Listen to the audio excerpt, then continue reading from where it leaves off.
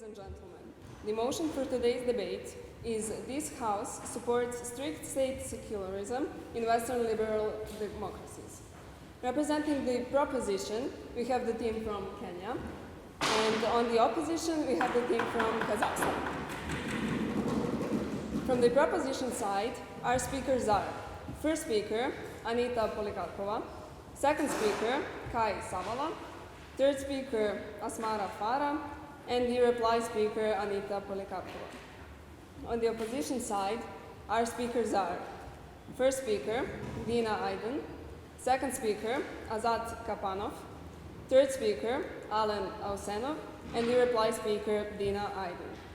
Each speaker will have 8 minutes to deliver their speech. The first and last minute of each speech is considered protected time, during which points of information, POIs, may not be offered. The judges will signal the end of protected time at the 1 minute mark, after which POIs can be offered, and will signal the return to protected time at the 7 minute mark. At the 8 minute mark, they will give a double clap or ding to signal the end of the speech. Additionally, there will be 3 claps or dings at 8:15, and the judges will stop listening at 8:30. Best of luck to both teams, and I now hand over the floor to our chair judge. Hello everyone, and welcome to the first round of WSDC 2024. I'm so happy to see you all here. My name is Aneta. I will be the chair of this round. My pronouns are she and her, but I prefer if you address the panel as a whole. I now invite the other panelists to introduce themselves, starting from my left. Hello, I'm Kamui. Glad to see y'all. Okay, I couldn't wait for this to start. I'm from Mongolia, and let's hope for a good round. Hi, my name is Jessica.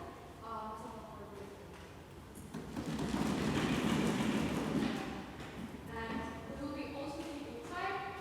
I presume you will hear the things. Sounds like. Oh, I hope you can, this is audible, you can hear this? Yeah. And if there are no further questions, I think we're all ready and hyped up to start the round.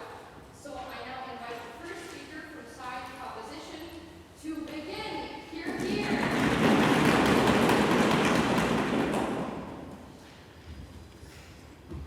Here's our mascot, guys. Okay. Just confirming, obviously everybody can hear me, but online habits. So, starting my speech in 3, 2, 1. For far too long, religious majorities have held a monopoly over the state, and states have picked favorites, leaving minorities to fend for themselves. Now, 4 points of framing. Number 1, what do Western liberal democracies look like? Number 1, they tend to be religiously diverse, and they need to unite despite this diversity and create a socially cohesive and functional society. But number 2, they care about democratic ideals like upholding individual rights and freedoms. But number 3, they have very specific values like equality or neutrality or equal treatment of all citizens in law and in courts and welfare and society in general, right? And representing the voices and issues of minorities, right? But let's look at status quo.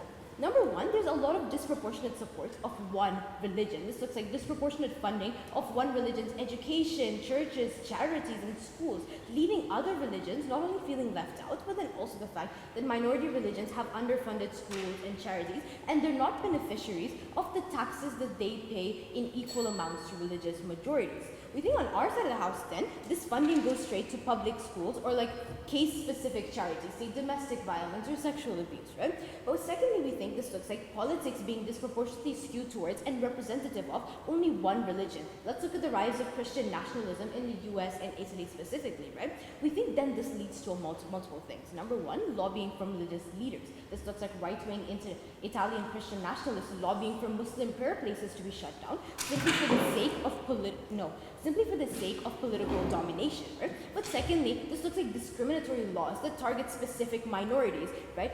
That meets no oppression in Congress because no opposition in Congress because of the fact that there's no representation to begin with. But then third of all, it looks like invasive laws that force people to follow the rules of someone else's religion. Look at anti-abortion laws, anti-queer laws, like Bible study being mandatory in K-12 curriculums in Texas and Oklahoma. This is important because people migrate to Western liberal democracies for religious freedom, right? For the fact that they want to live under a universal law. They do not want to be governed by somebody else's religion. If that were the case, they would have never immigrated in the first place, right? Now, third point of framing. Here's what strict state secularization actually looks like, right? Number one, no religious symbols. No hijabs, turbans, or crucifixes. But number two, no state funding of religious charities or schools. And number three, we're going to use Ireland's model of secularization, where A, no law can be made to disproportionately impact any one religion, and B, no law can be passed on religious basis. But note here that freedom of religion is not entirely restricted because number one, you can still practice in places of worship like mosques, churches, synagogues. But then number two, you can still practice at home. You can still pass down your religion from generation to generation, and you can still foster your connection with God. The only thing we're doing here is removing religion from the public sphere. Now, opposition might come here and try to make this entire debate about religious symbols or like say the importance of hijab, right? But note that they have other burdens to defend.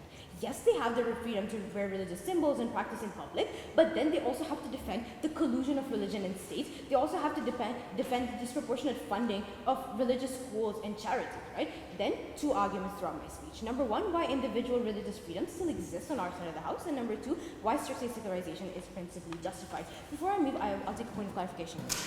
Why right-wing politicians come to power in Europe and the status quo? Okay, you have to, okay. I'll give some of the answer and then my second will convert the rest. But here's the thing, especially because of the fact that a lot of Christian communities want to have Christians in power, they tend to vote in, again, a lot of Christian nationalists, right? This also looks like, say, lobbying from religious leaders to push one specific person. Like, for example, we had it was called the lobbying of faith in the US, right, where they spent millions of dollars on politicians that would say repeal abortion or that would say repeal same-sex marriage, right? It's basically religious communities and religious leaders pushing certain politicians to power and marking that as right-wing nationalism, even though it is inherently Christian nationalism, right? Now, back to my point. First thing, the practice of religion is still existent in a secular state, right? Number one, we have to understand the importance of religious symbols itself. From the 5 pillars of Islam to the 3 principles in Judaism to the 10 commandments in Christianity, wearing religious symbols has never been a core tenet. Look at the 5 pillars of Islam, for example. Belief, prayer, fasting, charity, pilgrimage. Notice how we don't take away from any of these core tenets. No, while we understand that religious symbols like the hijab are important to religion, yes, but they do not make a religion practicable or unpracticable. Then secondly here is recruitment. We think the recruitment of new members into a religion will be limited on their side, in our side of the world, yes. But number one, again, it is not core to any religion whatsoever. We think secondly, recruitment in and of itself acts as a very intrusive affair into non-members' lives, right?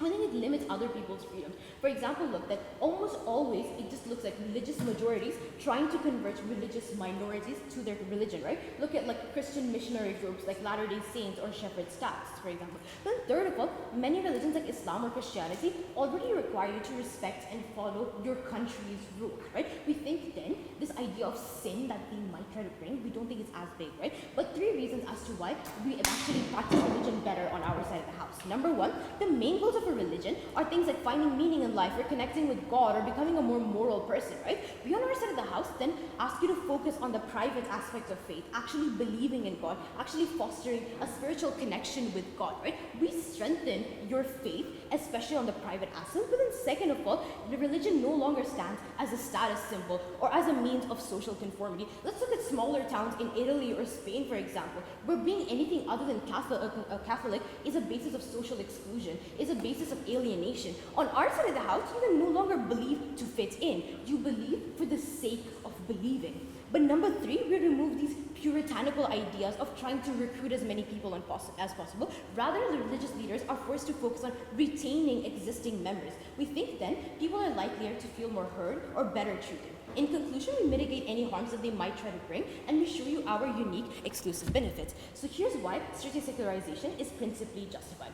First, we have to understand the unique harms of collusion of religion and state. First layer, law.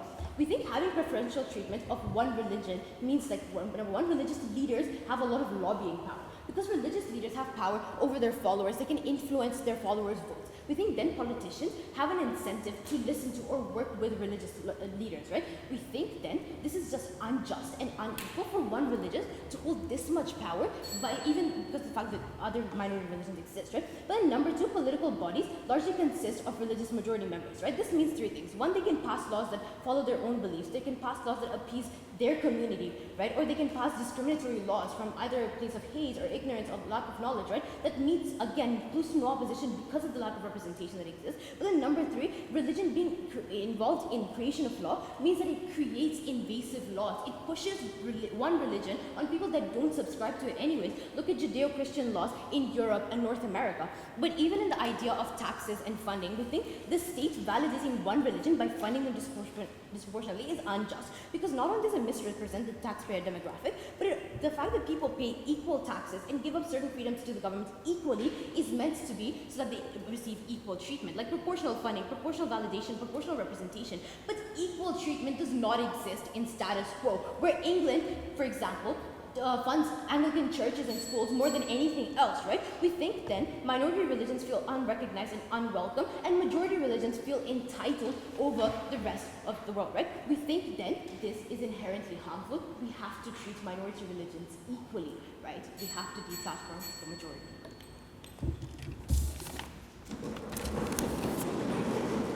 For this kind speech, and now I invite the first speaker from the side opposition to take the floor.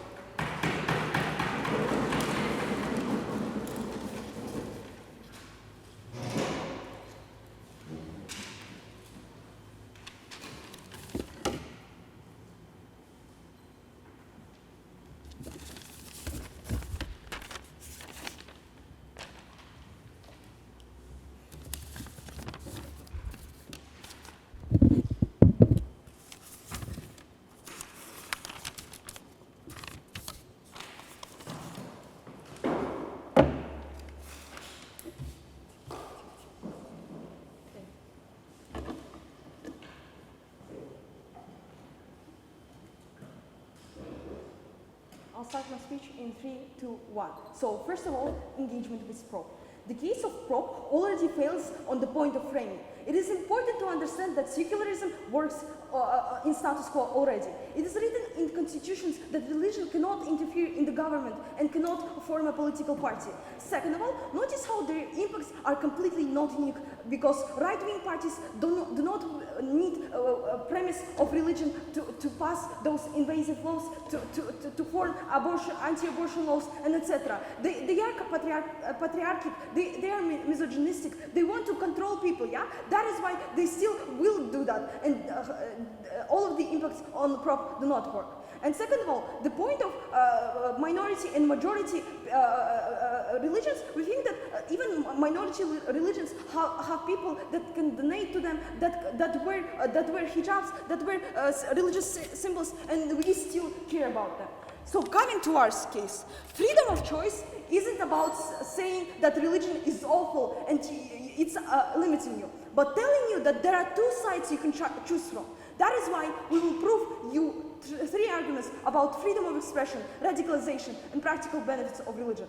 Also, notice how in status quo strict secularism isn't supported. We, as an opposition, are rooting for soft or lenient secularism, i.e. not spending millions on funding and etc. So firstly, let's look into 2 points of framing. Firstly, what will happen if we stop funding religious institutions? At the level of social inequality, inequality will definitely increase as for 3 reasons. Firstly, there is no funding, which means more and more religious schools will close. Poor groups won't be able to receive classic scientific education, but also religious and ethical, which leads to large numbers of crimes and increase in moral acts and other unethical areas in poor regions. B, poor religious groups won't be able to receive food, overnight accommodation, and will receive less, which is quite important since this is a large and important part of what these groups live on and they don't have any alternatives. And lastly, fewer religious institutions and banally fewer imams, priests, and other religious people, which means that people will have less access to an adequate interpretation of religion, and this is very dangerous. So coming to our first point of freedom of expression. Okay. The biggest funders of repealing Roe v. Wade in the United States were Christian lobbies and millions of dollars. How can you enforce religious conservatism from right-wing politics? We still think that even they are the same. We still think that it will happen on both sides and even on your side. And we think that the impact of those laws are not unique completely. That is why we should play about something more comparable and not mirrorable on both sides. So coming to our first argument about principle of expression. You can be a woman wanting to attend a religious university for women, be covered to feel safe and righteous, or you want to wear a cross around your neck and because it is associated with the most important thing you have with God, who has become your hope and goal in all of your life. All this contradicts strict secularism and doesn't allow you to express yourself, your values and priorities. People won't be able to attend churches because they are simply not built in your area. It will not allow you to go to educational institutions because you feel safe and there's no funding for it. Yeah? It won't allow you to show yourself to others, often the most part of yourself, to wear religious clothing or symbols in public spaces. This principle of self-expression is fundamental for every person because only by expressing yourself can you have control over your life or how you present yourself to others, how others perceive you, and how you feel in front of the most important thing you have in your life, in front of God.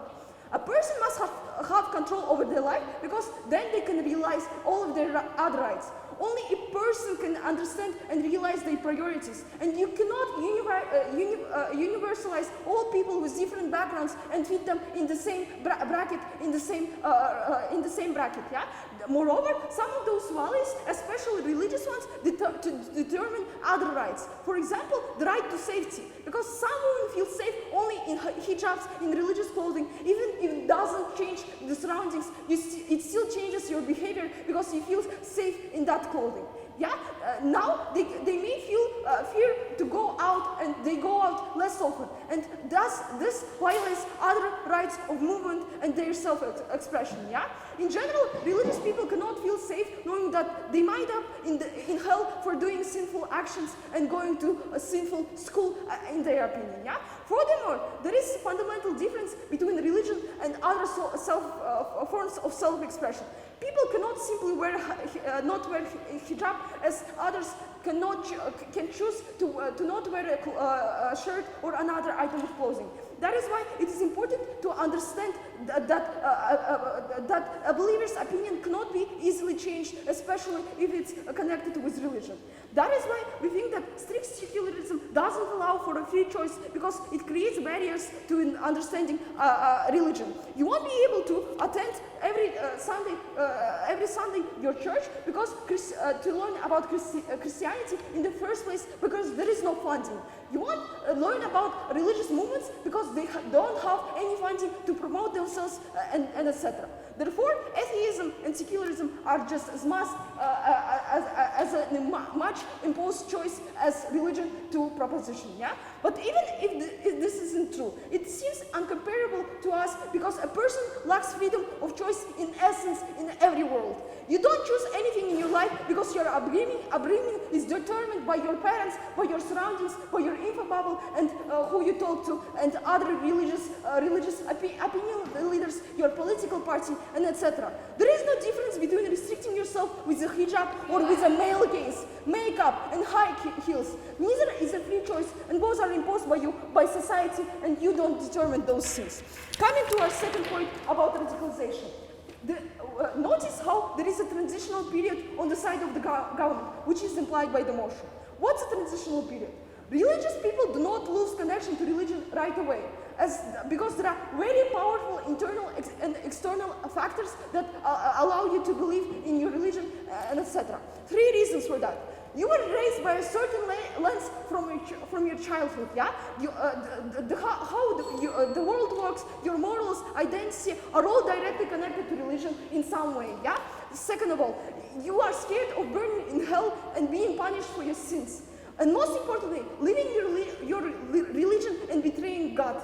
Even if this fear is irrational, most religious people truly believe that from their childhood.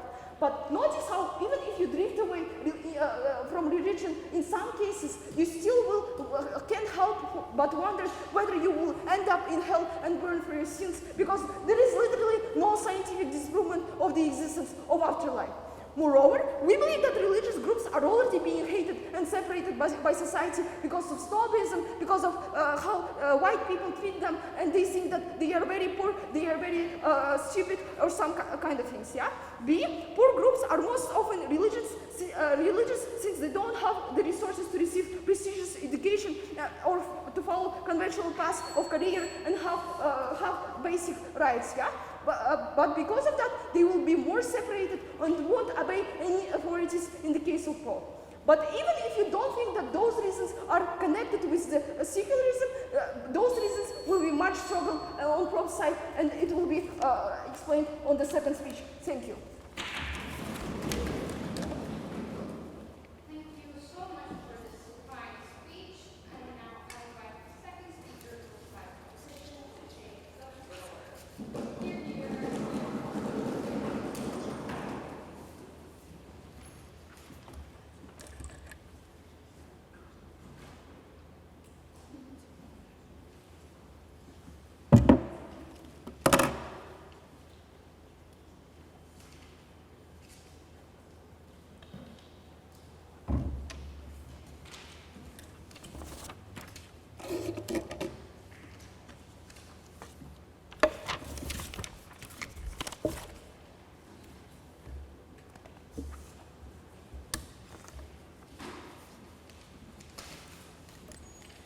Am I good to start? Lovely.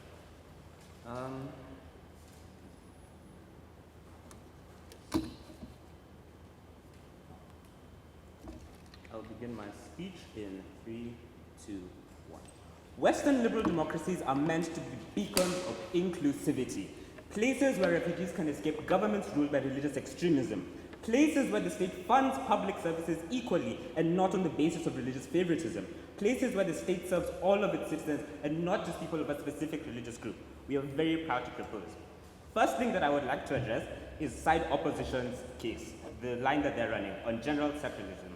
Opposition cannot run general secularism because at that point they blur the line of the debate, because there's a very small difference between regular secularism and the strict state secularism that we are running. We think that at that point they are trying to co-opt a lot of our benefits, and at that point they make the debate unreasonable. What we think the most probable alternative side opposition could have run is pluralism, wherein the government now acknowledges a large number of religions and tries to be as inclusive as possible, but I will show you later why that pluralism still is worse than strict state secularism that we offer you on our side, right? So the first thing that they said was that secularism exists in status quo, but we say that the secularism that exists in status quo is not enough, it does not work, right? Because we think that if secularism worked in Western liberal democracies, you would not have cases like Oklahoma superintendent lobbying for mandatory Bible reading. That's pushing a Christian agenda on people. It would not look like Italy requiring the crucifix to be displayed in classrooms. That is pushing a Catholic agenda on people. We don't think that secularism works in status quo denied, right? Another thing is that side opposition has placed a very heavy emphasis on the religious symbols and have refused to engage with the burden that our first speaker gave them to also engage on the disproportionate funding of religious organizations and the harms that that bring. I will bring that out later on in my speech, right? Before I continue, I'll take your PY. So you say that state gives money to churches, and the churches take this money and again give it to the government via lobbies? Sorry? Okay, what we're saying is that it looks like religious organizations having the ability to lobby in the first place on side opposition is inherently harmful, right? We think that on our side of the house, the Oklahoma superintendent wouldn't be able to lobby for the Bible to be mandatory reading because that is a religious agenda. And on our side of the house, we completely ban religious agendas in political parties, right? We think that on our side, if you want to do something like, say, ban abortion based on religious rights, you might still be able to do it to some extent, but we think that would be much harder on our side of the house because you would then have to support it with some sort of like democratic philosophy of like rights to life and everything, and not just base it solely on religion, right? So we think that it's just going to be worse on side opposition, right? So, firstly, it's important to understand the trade-off that we're making on our side of the house, right? We're saying that it's justified to limit people's freedom of religion at the point that it limits other people's freedom of religion to a point that they cannot fight for themselves, right? We say this, that your freedoms can be limited when they infringe on others. We say that forcing religious propaganda in terms of like forcing religious symbols in classrooms or like pushing religious agendas in laws infringes on the freedom that other people have to align with their own religion. We say that it disrespects the identity that they have with their religion, and we say that this is uniquely harmful on side opposition because religion is a huge part of people's identities. We say that it's better to just say you can't wear your hijab but you can still identify with your religion of Islam than to say that your entire religion of Islam is wrong and it cannot rule, right? That's the one trade-off that we're making. We say, secondly, that we protect minorities better on our side of the house in the fact that strict state secularism offers more protection from minorities in terms of eliminating the invasive laws that were brought out by our first speaker, such as the Oklahoma Bible pushing, right? And thirdly, we say that alternatives still exist in that you can still practice your religion, you still have freedom of religion on our side of the house. You just cannot bring that practice into the public sphere and try to push it down the throats of other people. So all the benefits that exist of like religion and having like connection with God still exist on our side of the house, right? But now, onto the denied. Now, onto the point that side opposition has like refused to address just thus far in the debate on religious charities and schools specifically, right? We say this, religious charities and schools on side opposition have harmful inherent biases that we think should be eliminated, right? Before I continue, it's important to preface this argument by saying that we're not saying that religious charities themselves, their existence is bad. They can still exist on our side of the house, just not funded by the government. We say that it's principally unjustified for these charities and schools to act in the ways that I'm about to show you on state funding, right? State funding in a Western liberal democracy where the state is supposed to protect the rights of every single individual, regardless of their religious affiliation or whatever affiliation they might have, right?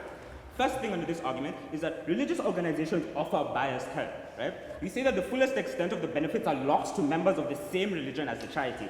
These benefits look like disaster relief, social welfare, extracurricular activities in like these religious schools and charities, right? This looks like Christian organizations in the UK, where religious organizations receive £2 million in funding. It looks like them not accepting other religions as the truth, like pushing this agenda that other religions should not be accepted as the truth. What this leads to is, firstly, these charities or like schools outright refusing to help certain religions over their own, right? We've seen this in Western liberal democracies, where Samaritans Plus refused to aid Muslims over Christians when they were displaced in Syria, and they openly admitted to this. They said that they prioritized Christians over Muslims because they were of the same religion, right? We say that this is likely to happen because although these charities and schools are funded by the state, they don't have infinite money. We say that finite resources lead to finite aid. That means that sacrifices and decisions have to be made, prioritizations have to be made. We say that it is far more likely for a religious organization to prioritize people of the same religion because of the idea that's pushed in a lot of religions of helping people in the brotherhood. We say that at the point that a religious organization sees that helping one individual of another religion reduces the aid they're able to give to other members of their own community, they're more likely not to give that aid to that certain individual.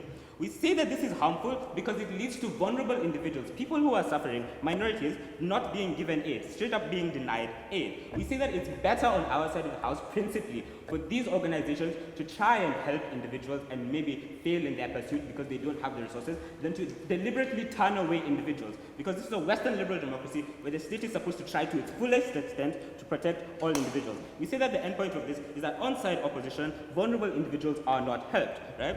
Secondly, is that we say that even if they do receive some form of help, that this help comes with the harmful religious agenda of the organization, denied. We say that these religious organizations offer the help while vigorously pushing their own religious agenda and coercing these people into converting. It looks like the Samaritans First offering people aid only if they agree to convert to Christianity. It looks like Muslim organizations only agreeing to help individuals if they agree to consider converting to Islam.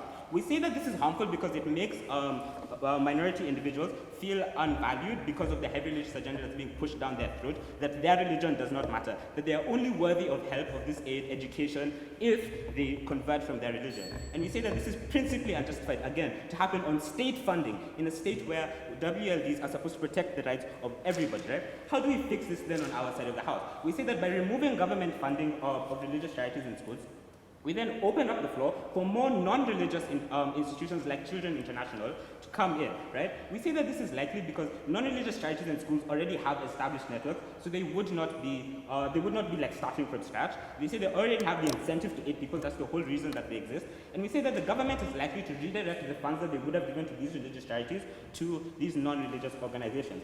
And we say that this is better because these non-religious organizations lack this religious bias, right? We say that then, one, we're likely to help more people because they're not vetting people based off of religious criteria. But secondly, we help the most vulnerable individuals more. That is the minority religions that are suffering in society because they are less likely to be turned away from help. They are also more likely to turn to these organizations if they feel that their religion will not be compromised or ridiculed or devalued by turning to these individuals. We also finally offer more stable long-term help because these charities' funding often changes based off of the religious affiliation of the people in power. And we say that at the point that individuals depend on this, they are opening themselves up to unstable help. For those reasons, we are very proud to propose. Thank you so much for this lovely speech. And now I invite the second speaker from this high opposition and the floor for the English names. Here.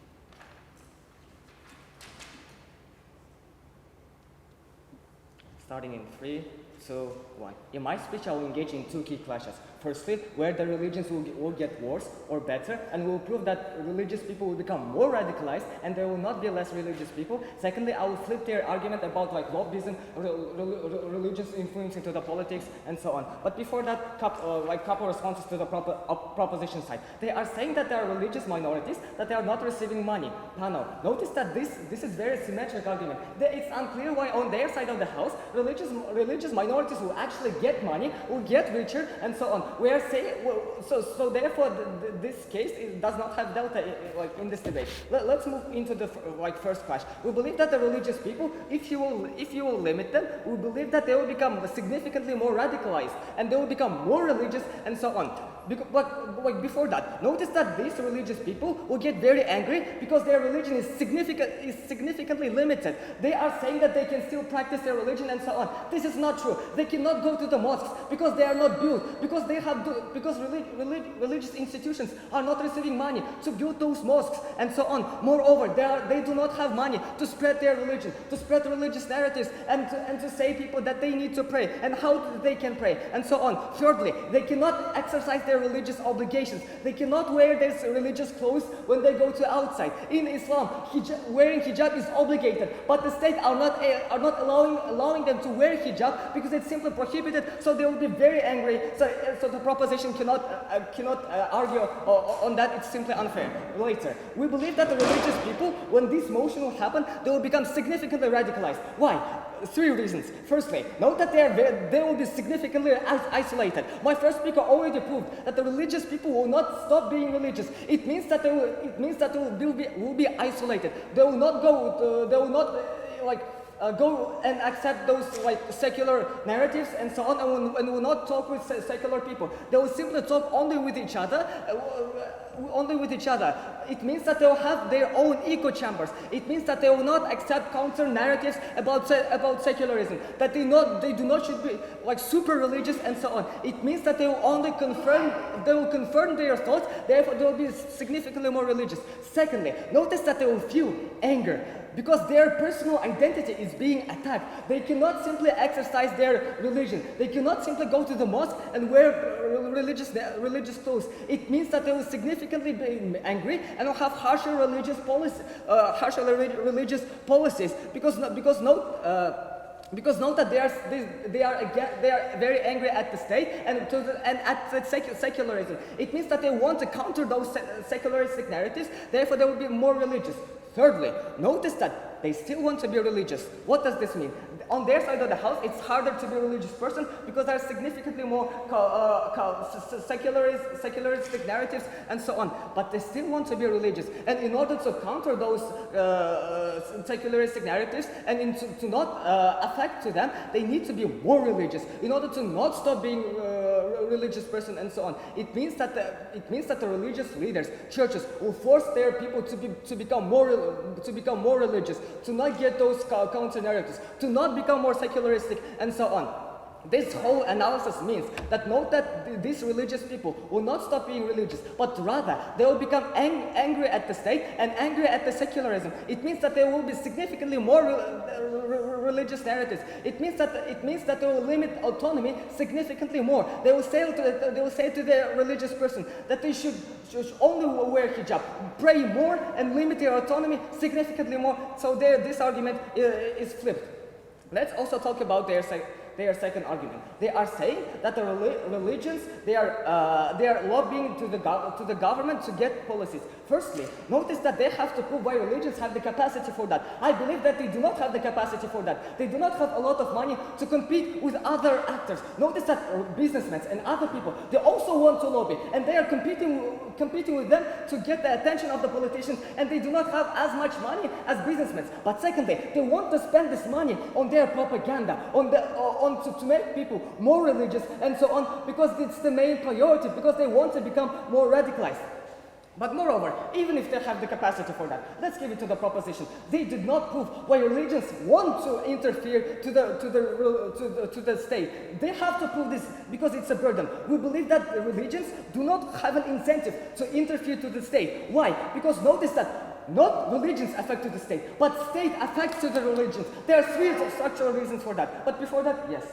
Okay, how is the isolation of religious groups different from the isolation that they already subjected to when there's a predominant religion such as Christianity? In this status quo, they can wear religious clothes, they can go to the war, they can be religious in the secular world and so on. But on your side of the house, they cannot do it because it's simply forbidden. Moving on. Why do we believe that state has an influence towards the religions?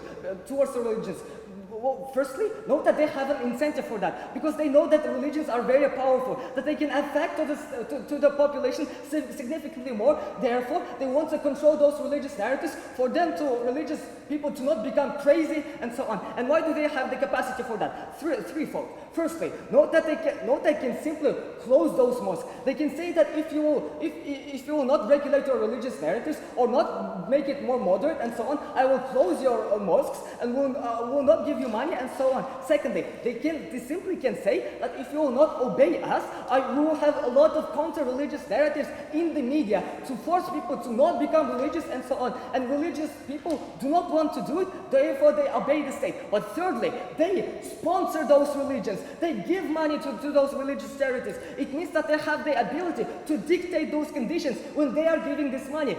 They do not want this money to again come to the state through lobbyism. They want this money to spend as they want. This analysis means that state can affect religious narratives.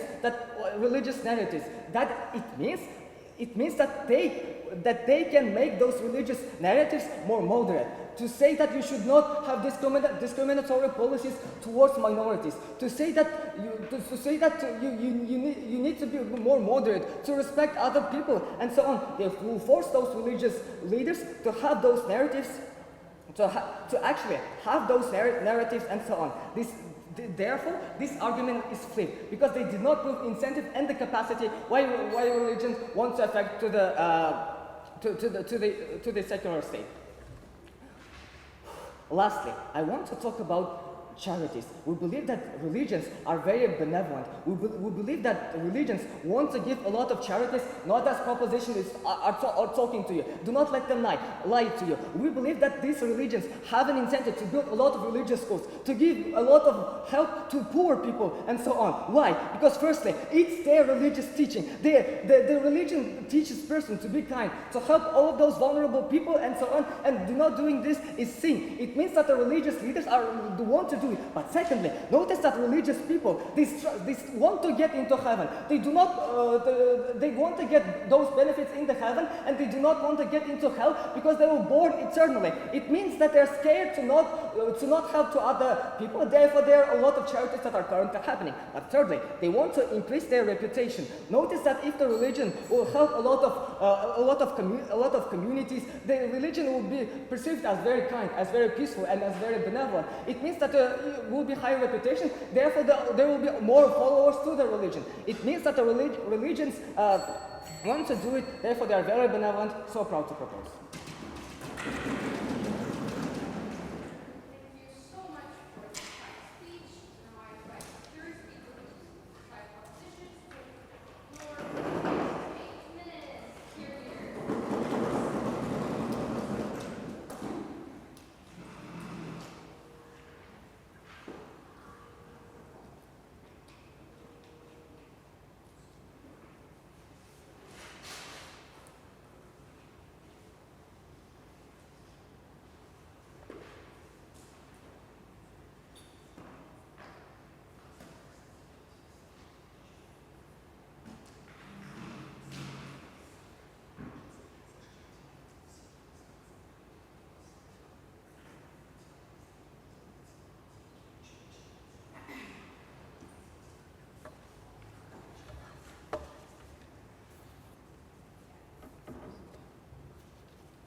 Yeah, sorry.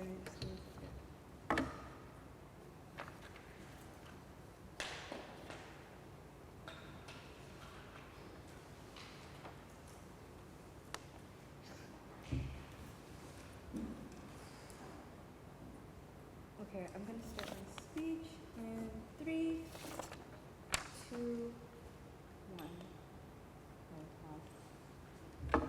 What opposition is attempting and failing to do is defend the infiltration of religion, specifically a dominating one, in every aspect of public life, in the legal and political sphere and discourse, in the way that it strips the neutrality of these Western liberal democracies, making them less tolerant and inclusive of the very religious minorities they swore to protect. We're building on some key points, right? We tell you that Western liberal democracies are first and foremost more likely to have a Judeo-Christian heritage. This looks like the United States, Italy, France, and the UK, where there's that Christian dominance and cultural heritage that already exists. That's why you can't necessarily sort of divorce the rise of right-wing politics from religious conservatism. When we look at what we mentioned earlier about the 10 Commandments in Louisiana schools being mandated on people, or Bible study being mandated in Oklahoma, these are things that wouldn't happen on our side of the house because right-wing politics, a bulk of it, cannot be divorced from religious conservatism, right? Going on to why they failed to answer our POI. On our side of the house, we tell you that we deplatform religion in the public and political sphere, and in terms of which is why religious lobbying won't happen on our side of the house, because conservatives won't even be enabled to base their politics on things like the Bible or on the Torah, right?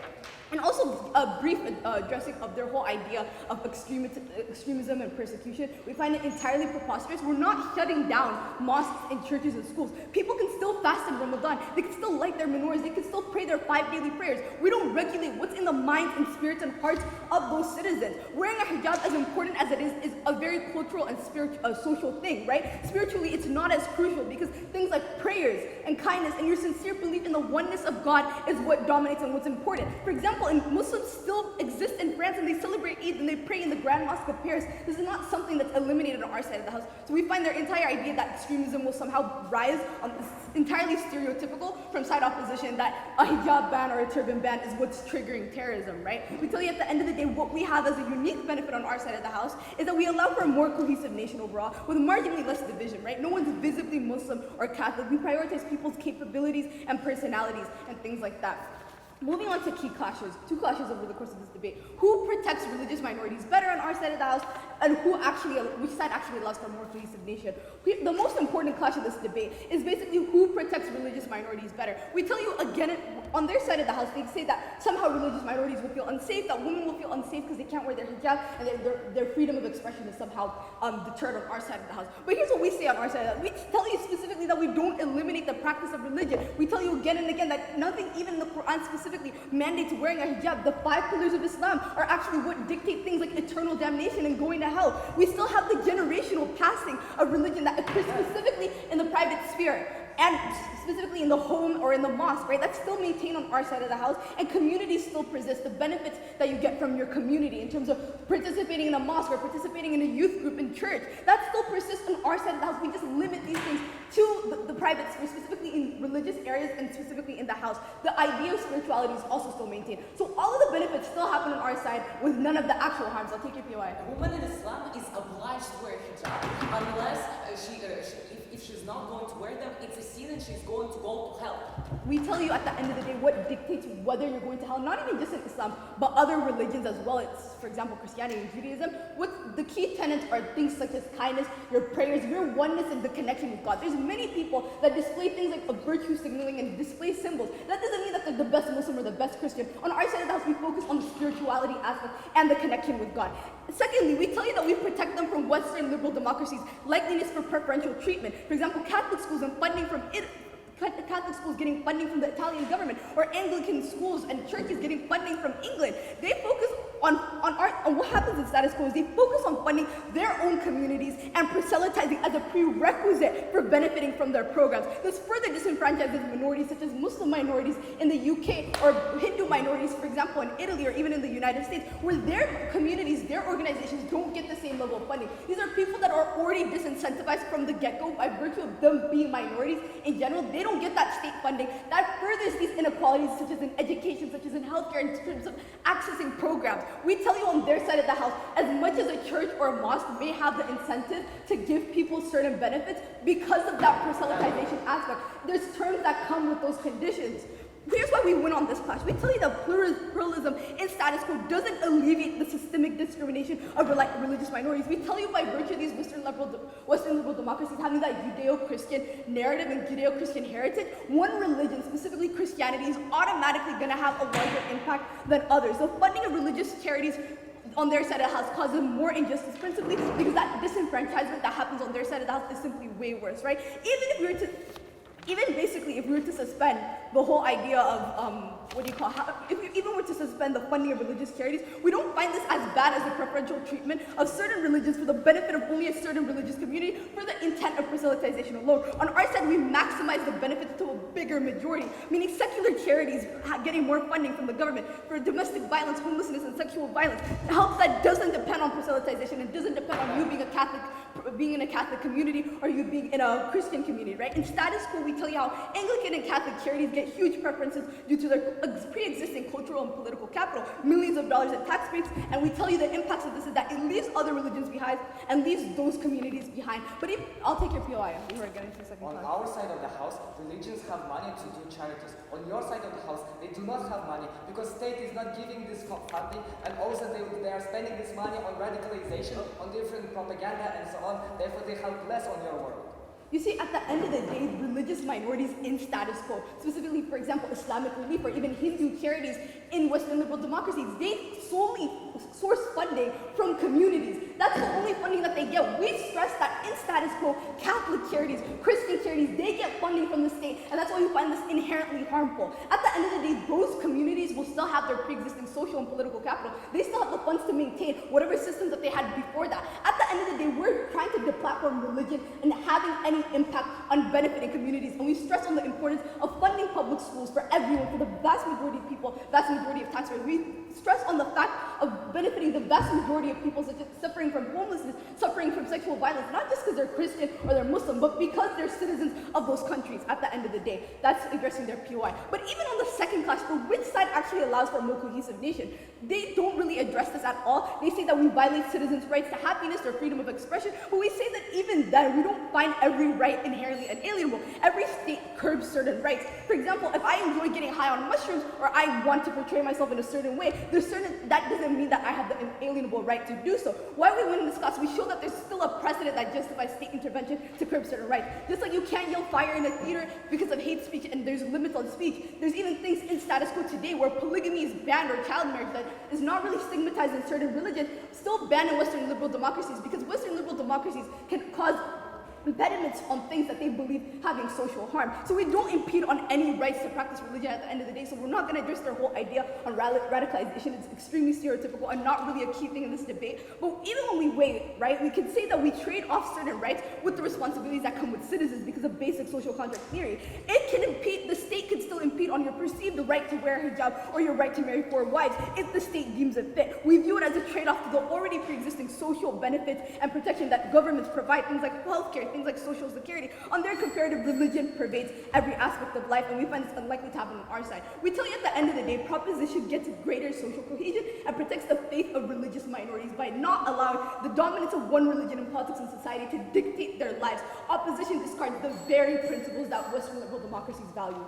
So practical closing. Thank you so much for your speech, and now it's time for the last discussions of the debate. So I will invite you forward for the next minutes. Okay.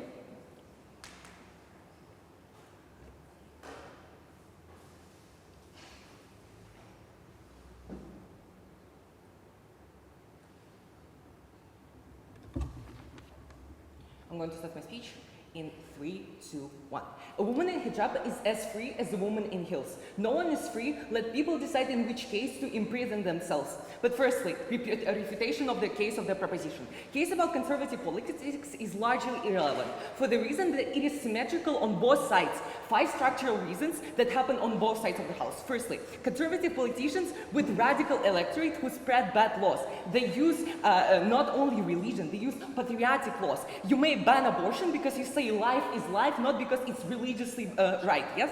Secondly, old men in the government and Congress who vote for these decisions. Thirdly, notice that religious people stay on both sides. They still have conservative values, which means that there is a religious electorate that is going to vote for abortion ban. Then, fourthly, right-wing politicians want to decrease the number of migrants and taxes with conservative policies in their program. They are strong because businesses support them. They are strong because oil lobbies support them. They hidden conservative stars in their programs. 5, even if you can't lobby directly, you can change the perspective of millions of voters and therefore lobby indirectly and cause radical ideas. You may not lobby directly, but soft power has much more importance. Lobby is not only about the money, it's about people. When people support certain policies in democracies, they get implemented because people decided by votes. Notice that the case of proposition has a presumption, because for something to change, they have to prove to you why people are going to stop believing in religion. For policies to change, people have to start voting in a different way. For people to start voting in a different way, they have to stop believing in religious narratives. While we prove to you that you are going to believe in religion heavily still, we prove to you why policies will not change on both sides of the house. But moreover, we go further in explaining what happens with social isolation and radicalization of religious people. We flip the point of the proposition by showing you that isolation leads to radical narratives which may potentially cause even more harm in democracies. Demand engenders supply. Demand for radical policies engenders radical policies. There is a parallel analysis of the reasoning conservative laws are implemented. Even if there is one less factor on proposition, they don't show you the tipping point of this debate. Conservative policies are still implemented on their side of the house. But nextly, even if there are governmental and private funds for minorities on their side of the house, we believe that charity ones are better from religion. Why? Because government and private funds are dependent on the actor of the funding. You have to explain where the money goes and advertise it so that you have a good reputation as a private or governmental organization. You have to advertise for conventionally attractive groups of charities like cats, old people, and seals. On the contrary, religious charities are unique for those who trigger less empathy because they don't have to give reports to their donors. But secondly, private funds give you only food. Religious ones can give you money. There is the analysis of why there is actually better charities in our world for poor people. If the government doesn't fund religion, Saudi Arabia or Hamas will fund them. The tipping point is that it's harder to control them now. When the government funds their church, the state has the influence on religion. No fund equals no influence because you don't lobby. You cannot influence them. Yes. Then about their point of dominant religions. We believe that if you restrict all majorities, you harm minorities too. Because A, they cannot get funded by the government too. Now minority religions cannot get funded too. Secondly, they also cannot express themselves. Thirdly, they also hate other people who hate them. But mostly, they also say people move to Europe for freedom of religion and their side of the house restricts them. Why? Because a lot of religious people are vulnerable from poor background. So it is principally justified to fight them by the government because the state failed to give them education. The state failed to give them money to support themselves and food.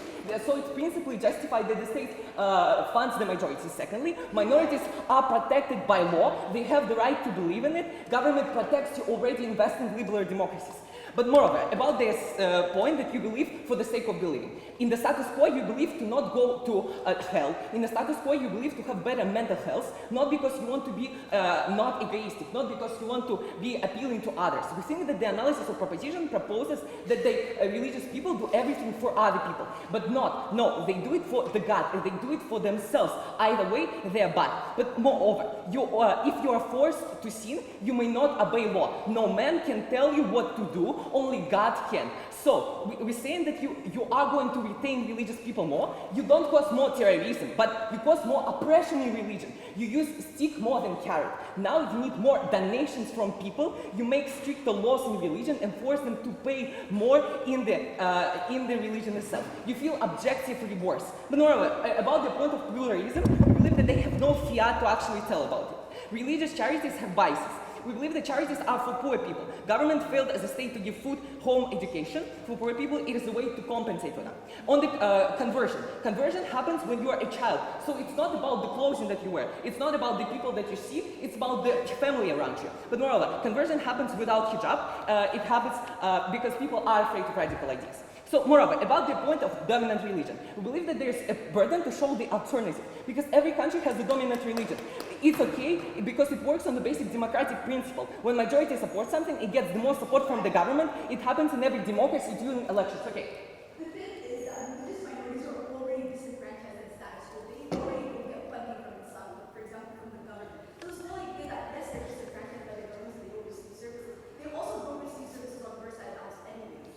Well, notice that we explain you why religious charities are unique in giving minorities help, because they may give help to unconventional people, and governmental and private funds can only give those who cause more empathy. But moreover, about the nobody prohibits you from joining the majority if you want to. Panel, we already acknowledge that the counterfactual isn't going to be a case where when there is going to be one religion in the US on the level of law, because politicians would never to do so. We as an opposition are rooting for soft or lenient secularism, not spending millions on funding. Politicians aren't interested to do that. No dominant religion has power in our world. Even if there is a state religion, there is no strict preference on the level of government, like in the UK. If the government doesn't fund you, businesses fund you. They don't want to fund minorities because they are not conventionally attractive.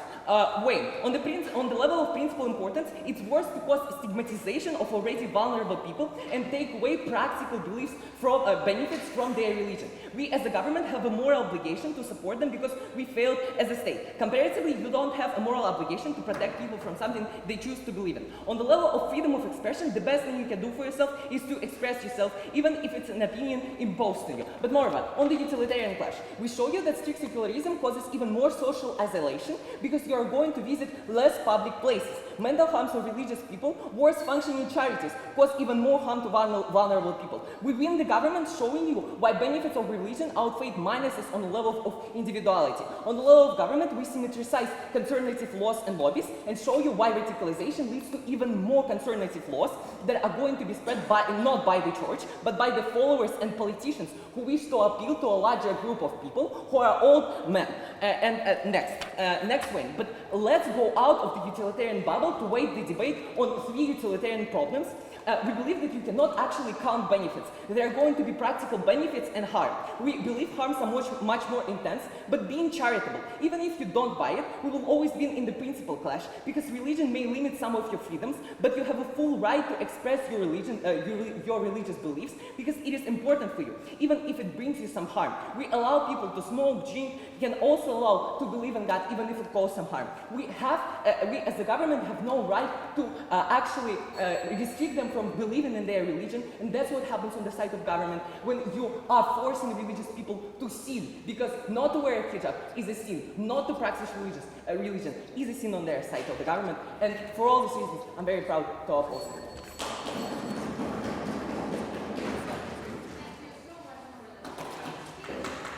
Now I invite the reply speaker from the side of the opposition to take the floor for the next 4 minutes.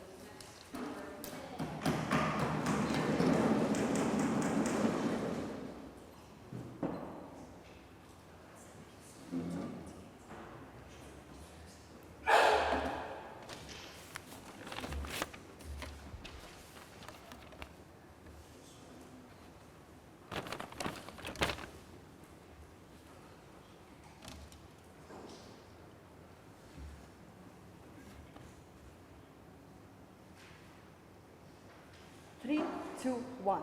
Dear panel, we believe that we shouldn't choose which group to prioritize, ordinary women in hijab or minority religious groups. That is why we will win in this debate. Firstly, comparative on a principle level. The principle of prop is that minor religious groups are oppressed because of imbalanced funding. But firstly, panel, those minorities still suffer because of this principle in the first place. They come from very poor regions with high criminal rates. They were appraised for generations because of the indifference from the government, where they didn't receive basic rights and support from the government. Second of all, notice how prop tries to sit on 2 chairs by trying to protect both Muslims and minor religious groups. But we strongly believe that we shouldn't choose between them. You need to show why minorities should be prioritized on an ordinary Muslim woman that just want to wear hijab to feel safe in a patriarchal society full of men. Thirdly, for this argument to work, you need to show and prove what happens with those minorities in their world on the contrary level.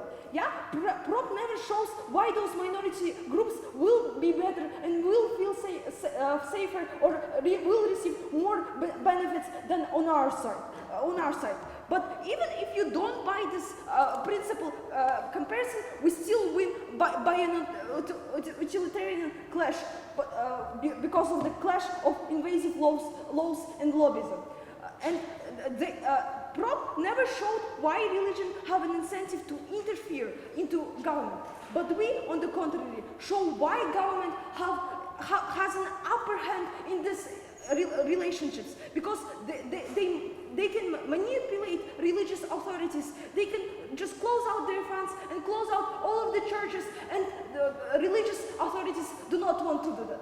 Therefore, they will obey everything that the government has proposed to them, and they won't do any radicalized things. But notice how in the world of proposition, where the government has literally no control over religious groups, they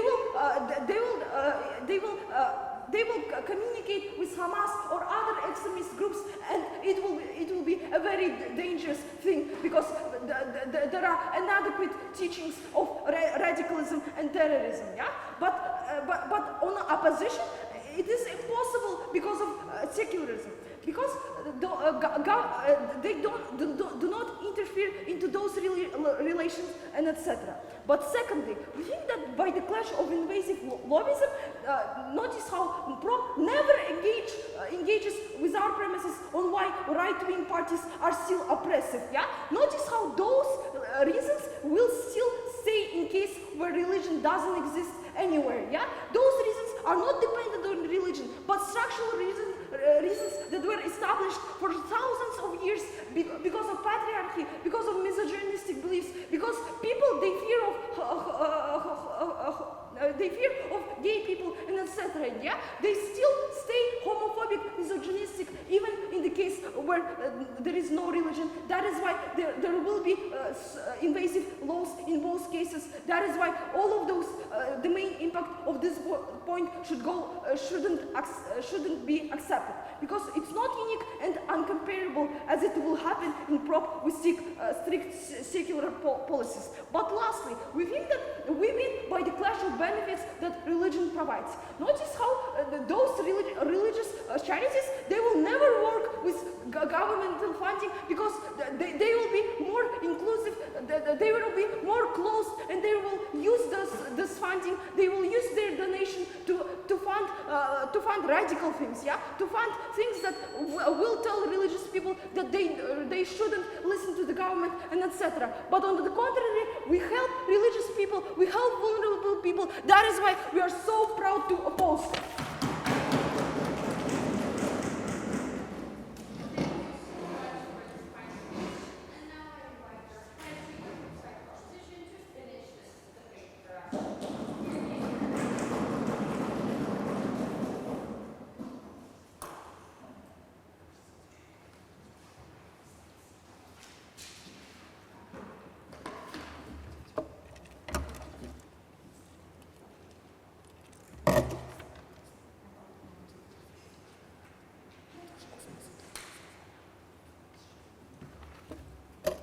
All right. Give me 1 second. Starting my speech in 3, 2, 1. The opposition case is riddled with contradictions.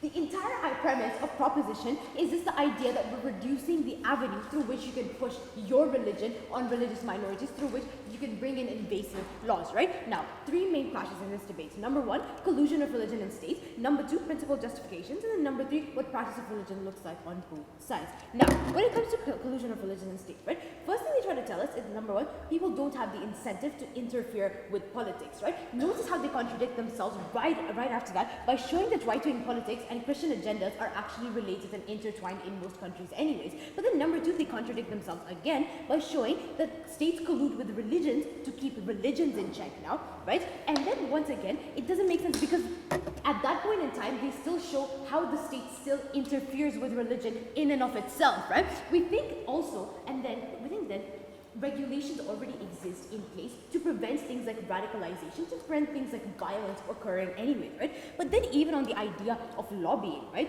We tell you, for number 1, we get rid of the funding with which people use this money, like with which people have lobbying in the first place. But then also, like, we get rid of invasive laws, right? Things like putting crucifixes in like Italian classrooms or teaching Bible study in Oklahoma, right? That's the main thing here. But then what we show you on our side of the house is, we tell you that collusion of religion and states is inherently harmful because it pushes somebody else's religion on you. People escape to WLDs for the very sake of religious freedom, and that does not exist within opposition's world, right? But then even when it comes to this idea of principled justification, right? They tell us this. They tell us that there's freedom of worship and there's freedom of expression, right? They tell us freedom, and let me tell you already, as per what my third speaker said, we think at the point in time where there's a social contract, at the point in time where this religion is inherently harmful, right? We think that's where the social contract comes in. We think that's where you can repeal some of those rights to like freedom of worship and expression in order to protect, in order to have the best life possible for your citizens, right?